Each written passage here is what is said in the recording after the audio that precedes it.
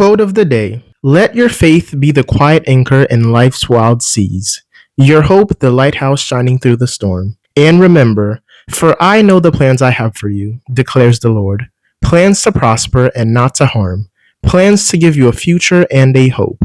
Jeremiah chapter 29, verse 11. That is your quote of the day. Now let's get right into the video. Once again, Monday Night Raw was a mixed bag. It had some good, a lot of bad, and way too much rage bait. Honestly, way too much rage bait.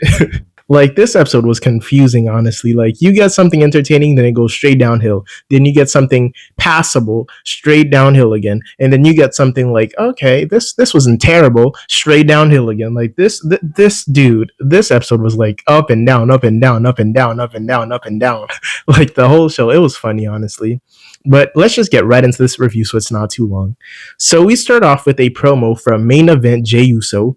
4 letters, 1 word, Yeet Man Jey Uso. He ends up coming out to cut a promo, and before Jey Uso can even say anything, Paul Heyman interrupts him.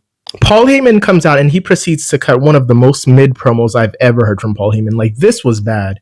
Paul Heyman was not talking about anything. He literally got to a point where he was talking about Santa Claus, for crying out loud. I'm like, dude, this was probably one of the worst promos I've ever heard from Paul Heyman. Like, dude. I'm like, dude, Paul Heyman was just rambling. I'm like, dude, what are you even talking about at this point? Santa Claus? What? Like, where are we going with this, dude? It was so silly. But anyhow, though, before Jey Uso can even say anything, like I said, Paul Heyman comes out and interrupts him. Paul Heyman comes out and he says, "Ladies and gentlemen, my name is Paul Heyman." And he says, "I came out here to speak man to man with you, Jey Uso. I can't believe you accepted Roman Reigns' offer to team up." And he said, "In the name of family? Really? Family is always going to let you down and get you in trouble. Your mother lied to you, your father lied to you, and Roman Reigns lied to you. Jey Uso, I love you like family." And that's basically what Paul Heyman says, and that's the rundown. And if it doesn't make sense how I explained it, it's because the whole promo didn't make sense, period. Okay? And then Jey Uso gets on the mic all aggressive, all heated, and he says, "Family's exactly why I'm here. And OG, keep their name out your mouth or we're going to have some issues." He says, "I'll pull up for my family every time because that's who I am. And you're talking about my family? Where's yours at? We brought you into this family. You and your boys screwed over my cousin, and you and your boys costed me my heavyweight championship. So whatever happens to them tonight and at SummerSlam, it's on you, OG." 4 letters, 1 word, yeet. And that's basically what he says, and that's how the promo ends. And I'm telling you, this was kind of lackluster. Like, Jey Uso's part was pretty hype. It's always nice to see that intensity in Jey Uso's eyes and his voice. So that was pretty fun. But Paul Heyman's part, though, absolutely mid, boring, and it was terrible. I feel bad for Paul Heyman. I feel like even Paul Heyman is like lost in the mix. He doesn't even know what he's doing at this point either. But anyhow, though, after that, we got our first match of the night, and it was a mixed tag match. It was AJ Styles teaming up with the Kabuki Warriors to face off against Dominic Mysterio, Dirty Dom, and Raquel Rodriguez and Roxanne Perez. And if you're wondering why, me too, okay? Because I didn't know what was the purpose of this. I didn't know what was the point of this. And after watching this show, I still don't know what was the point of this. Like, this was such a, weird concept and, such a out-of-nowhere team-up, Like, it didn't really make too much sense. But anyhow, though, surprisingly enough, this was actually a pretty fun match, with all things considered, And it really picked up near the end, if I'm being honest. Like, the first half of this match was, it was standard. It was boring. Like, we've already seen, the Judgment Day and the Kabuki Warriors square off. So, we've seen this 1,000 times, So, it was kind of boring in that aspect. But near the end, though, we got some really cool spots, really innovative spots. Even AJ Styles throwing Kairi Sane out of the ring, that was pretty cool. But anyways, though, at the end of the match, AJ Styles ended up hitting a phenomenal forearm on Dirty Dominic Mysterio for the win. And AJ Styles and the Kabuki Warriors win. And yeah, that was that whole match. But it was pretty fun, though. It was pretty entertaining at some parts. Definitely near the end, more so near the end than the start of the match. But yeah. After this, though, we got our second match of the night. Banger after banger after banger. It was the Celtic Warrior Sheamus versus Grayson Waller. And this match was alright, honestly. It wasn't anything special. It wasn't anything memorable. Even talking about it now, I can barely remember what happened. That should tell you all you need to know, But anyhow, though, throughout this match, it was pretty, I want to say, even. Grayson Waller got some offense off. Sheamus got his offense off. It was pretty cool.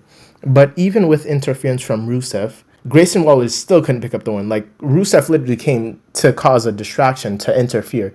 And Grayson Waller still couldn't even, capitalize on the opportunity. Sheamus ended up hitting a bro kick on Grayson Waller for the win. And after the match, Rusev ends up beating down Sheamus with a shillelagh. He ends up beating down Sheamus with a shillelagh, and he puts Sheamus in the Accolade submission, and that's how the segment ends. Sheamus is in the Accolade, and Rusev refuses to break the hold. Refs are trying to get him off Sheamus, and like after a little while, Rusev is like, okay, now I'm done. Now I'm gonna leave.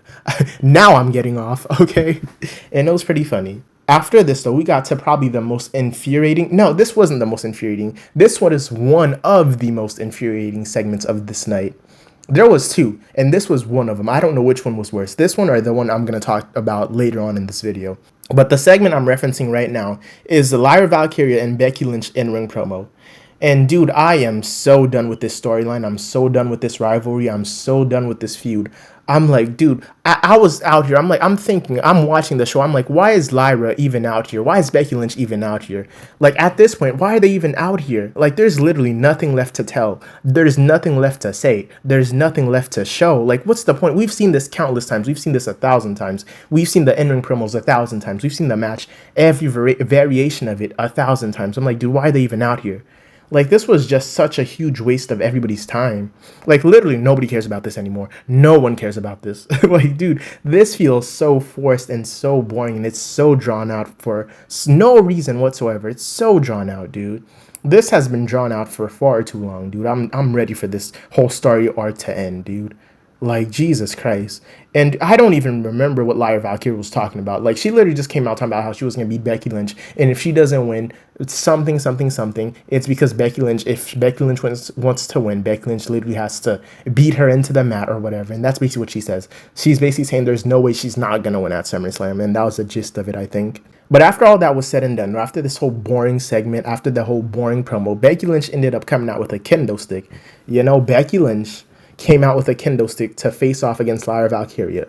And somehow, someway, somewhere, Lyra Valkyria was able to get the upper hand on Becky Lynch, and she ended up lighting Becky Lynch up with a kendo stick. And you have Becky Lynch, your IC champion, running away from Lyra Valkyria. And Becky Lynch was the one who came out with the kendo stick. Like, let that sink in. Like, dude, come on. Like, Becky Lynch is a veteran in this game at this point. You're telling me newbie, new face Lyra Valkyria, she can't step up to Lyra Valkyria, she can't leave Lyra Valkyria laid out? Come on, dude. Big time Bex, the man Becky Lynch. Oh man, I'm so over this. After this, though, we got probably the most, think about it now, this was the most infuriating part of the night. We got a Sami Zayn and Karrion Kross video package promo, and we're getting a Karrion Kross versus Sami Zayn match at SummerSlam, a normal one-on-one match. And I'm like, dude, forget everything Sami Zayn was talking about, forget everything Karrion Kross was talking about. In what possible universe is this a SummerSlam match? Who wants to see this nonsense, dude? Who wants to see this garbage, period? Like, who wants to watch this, let alone at SummerSlam? Come on. Like, we've seen these two face off, like, twice already. And neither one of those times where the match is anything close to being anything watchable. And I warn you, SummerSlam is not going to be any different. SummerSlam is not going to be watchable either, dude. I don't know if it's the chemistry between these two that's off, but, like, their matches are never good. Now, imagine Sami Zayn having a bad match. Like, unheard of. And you're telling me he goes face to face with Karrion Kross on multiple times, and neither match, neither time was like watchable at least? Come on, dude. Like, this, I already know at SummerSlam. And it's a normal match too, a one-on-one, something we've seen before. No stipulation, no nothing. I'm like, come on, dude. We already know this is gonna suck. Like, who wants to see this realistically? I don't. You don't. The fans don't. Come on, dude. This bothered me. I'm like, really?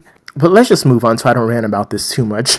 After this, we got our, I think, third match for the night. It was an 8-woman tag team match. It was Io Sky, Rhea Ripley, Nikki Bella, and Stephanie Vaquer versus Naomi, Chelsea Green, and the Secret Service, Albo Fire, and Piper Niven. And can we just talk about how one-sided this match was? This match was so, like, the lineup, like, the lineup was so stacked one-sided, dude. Like, I was laughing when I saw this. I was like, golly, Jesus Christ. You're telling me, like, one team was so stacked. You're telling me one team is Io Sky, Rhea Ripley, Nikki Bella, Stephanie Vaquer versus Naomi, Chelsea Green, and 2 jobbers? I was like, oh, man, this is insane. I'm like, dude, come on. Like, that team, the Nikki Bella's team, Stephanie's team, Io Sky's team, it was so stacked, dude. I was like, come on. But it was funny, though. I really did enjoy this match, and this was honestly, for me, probably match of the night. It had so many cool spots and so many cool moments, and I loved all the women, having their, spotlight, their shine, pulling out their emotes. Io Sky did her little Io Sky emote. Stephanie Vaquer hit the Devil's Kiss. Naomi hit Nikki Bella's emote. It was just a fun match overall. And with all the stars that was in this match, with all the star power, this match was bound to be good. This match was really entertaining. And at the end of the match, Naomi actually did try to walk out on her team. She tried to abandon them, but Io Sky pulled her back in. But anyways, at the very, very end of the match, Stephanie Vaquer ended up hitting the SVB on Chelsea Green for the win. And Stephanie Vaquer pins Chelsea Green. And Rhea Ripley wasn't really a big factor in this match, if I'm being honest. Like, she was there, but, like, there was not really too much big presence. She got more so of, she got, like, a pop more than anything, Like, the fans were just cheering her on, but she didn't really do much. After this, we got to our fourth match of the night. It was LWO, Cruz del Toro and Joaquin Wilder versus the Judgment Day for the Tag Team Championships.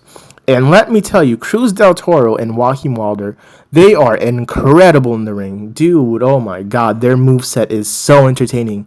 These two need to be on my screen more often. I swear to you. These two need to be on my screen so much more often. This match was so entertaining. Their moveset, the high-flying moves, dude, oh my god, these two stole the show. This match was so fun and entertaining. But at the end of the match, though, due to interference from El Grande Americano, both El Grande Americanos actually, both Chad Gable and Kaiser, both of them ended up coming out. They're both dressed as El Grande Americano. They both came out, and due to interference from both El Grande Americanos and Dragon Lee, Finn Balor was able to hit the Coup de Grace for the win, and the Judgment Day retained their tag team championships. After this, though, we got a in-ring promo from Gunther and CM Punk. And let me tell you, CM Punk absolutely bodied Gunther on the mic. Gunther got destroyed. Oh my god, it wasn't even close. And it was funny too, because Gunther ended up coming out talking about somehow he left CM Punk speechless and everything, and CM Punk came back. Dude, CM Punk came back for blood. CM Punk came out. He had a vendetta against Gunther, dude. He absolutely destroyed Gunther. But anyhow, let's just get right into the promo. Gunther came out and he was just spewing nonsense for like most of it. And let me just say this, WWE has absolutely and completely ruined Gunther. WWE have completely ruined this man. Like, he can't even get a promo out at this point. And even when he gets a promo out, he doesn't even look menacing anymore. He looks like a joke. And I feel so bad for Gunther. He used to be so menacing, dude. He used to be like a big believable threat. Not anymore though. But anyhow, Gunther basically comes out and he says that last week he left CM Punk speechless. He left the voice of the voiceless CM Punk speechless.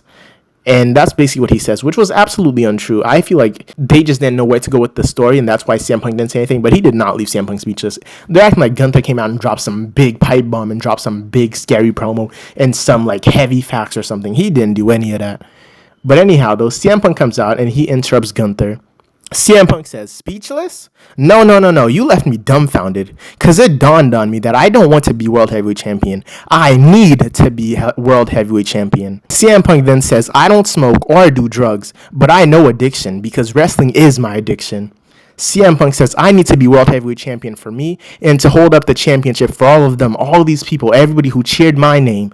I've earned the right to call myself the best in the world and to be arrogant about it. For as great as you are, Gunther, you're not on my level. I've beaten stars that you can only dream of getting in the ring with. I am the best in the world, and at SummerSlam, I will walk out as the World Heavyweight Champion. And CM Punk drops the mic and he walks out and he leaves Gunther speechless. And this is what leaving somebody speechless looks like. Gunther was literally fuming, dude. It was so funny. Gunther, I swear he cussed under his breath. Gunther was fuming and CM Punk just left them there. And I was like, yeah, this is the CM Punk we need. Come with the venom, dude. Spit like pure acid. Just go off on everyone, dude. Come on. We don't know how much longer we honestly have CM Punk. We need moments like these where CM Punk is just, it looks like prime CM Punk again, good promos. I know the in-ring matches and stuff like that, the in-ring performance is not going to be the same, so I'm fine with that. But at least the promos, CM Punk can still cut them. Let him, dude. Let him just, tear into these superstars. I'm so here for this. I'm still not too hyped about the match, but I'm just hyped about the promo we got. It was fun. It was nice. The match for me, I don't really care too much. It's whatever. I just hope that CM Punk wins. Anyhow, though, after this, we got to our main event. It was main event Jey Uso versus Big Bronson Reed. And this was a really quick match. And it ended in no contest, surprise, surprise, due to interference from Braun Breaker. The Browns ended up beating down Jey Uso. They started, mollywopping this man. And out of nowhere, the OTC, Roman Reigns, his theme song hits. Roman Reigns comes out to the aid of Jey Uso. And the OTC and Jey Uso end up clearing out the bronze for a tiny bit, you know? They get a little bit of a breather. And they get this genius idea. He's like, Roman tells Jey Uso, come on, let's get out of the ring. And they're about to hit this double spear on Bronson Reed and Braun Breaker. And it backfires on them terribly. Oh my god, it backfired. The Bronze ended up reversing and they laid out Jey Uso and Roman Reigns on spot. And Bronson Reed and Braun Breaker, they hit Jey Uso with spears and tsunamis. And at the very end, oh my god, Braun Breaker looked like an absolute beast. Braun Breaker ended up spearing Jey Uso and Roman Reigns through the barricades and he left them laid out. And like, this is honestly the first time I can say this. This is the first time this group has actually looked like an actual threat. And what I found really funny about this, I don't know why, but Big Bronson Reed ended up taking off Roman Reigns' shoes. Like, he literally took Roman Reigns' J's, and he's like, these are mine now. We run WWE. It's kind of like, if you want these back, you better come get it back in blood. I'm like, dude, come on. That's what it looked like, though, because I'm like, dude, why are you taking this man's shoes off? And they were clean, too. I'm like, dude, if you don't give him his shoes back, that was so silly to me. But it was funny nonetheless. So it was basically, you know, Bronson Reed and Braun Breaker just standing tall talking about we run WWE now. This is my ring. These are my cameramen. These are my fans. These are my people. And he's like, I'm the big dog now. They bark for me. It was fun. But like I said, though, this show had some highs, a lot of lows, and a lot of rage bait. Too much rage bait. So this show wasn't terrible by any means, but it wasn't amazing either. I would rate this show at, honestly, a 6 out of 10. I think maybe a generous 6 out of 10. And let me tell you, this rating went absolutely up because of Roman Reigns. Like, Roman Reigns, you know, he boosted my rating a little bit. Without Roman Reigns, this show would have been absolute garbage. And Roman Reigns made the show a tiny bit more entertaining. So that's why it's a 6 out of 10 for me. Like, maybe this show probably overall wasn't even that good. But you know what? I'm going to give them the benefit of the doubt. That's what I thought it was. So, yeah, I would rate this show, you know, a 6 out of 10. It had some entertaining parts and some boring parts, you know. Some really boring parts and some really shouldn't have been on the show parts. But anyhow, though, overall, I would rate it a solid 6 out of 10. And that was my breakdown of this week's Monday Night Raw. Thank you for hearing me out. Thank you for showing up. And most importantly, thank you for being here. Like, comment, and subscribe if you want to. Like, comment, and subscribe if you'd like to. And like, comment, and subscribe if you choose to. As always, it's been a pleasure. I'm out.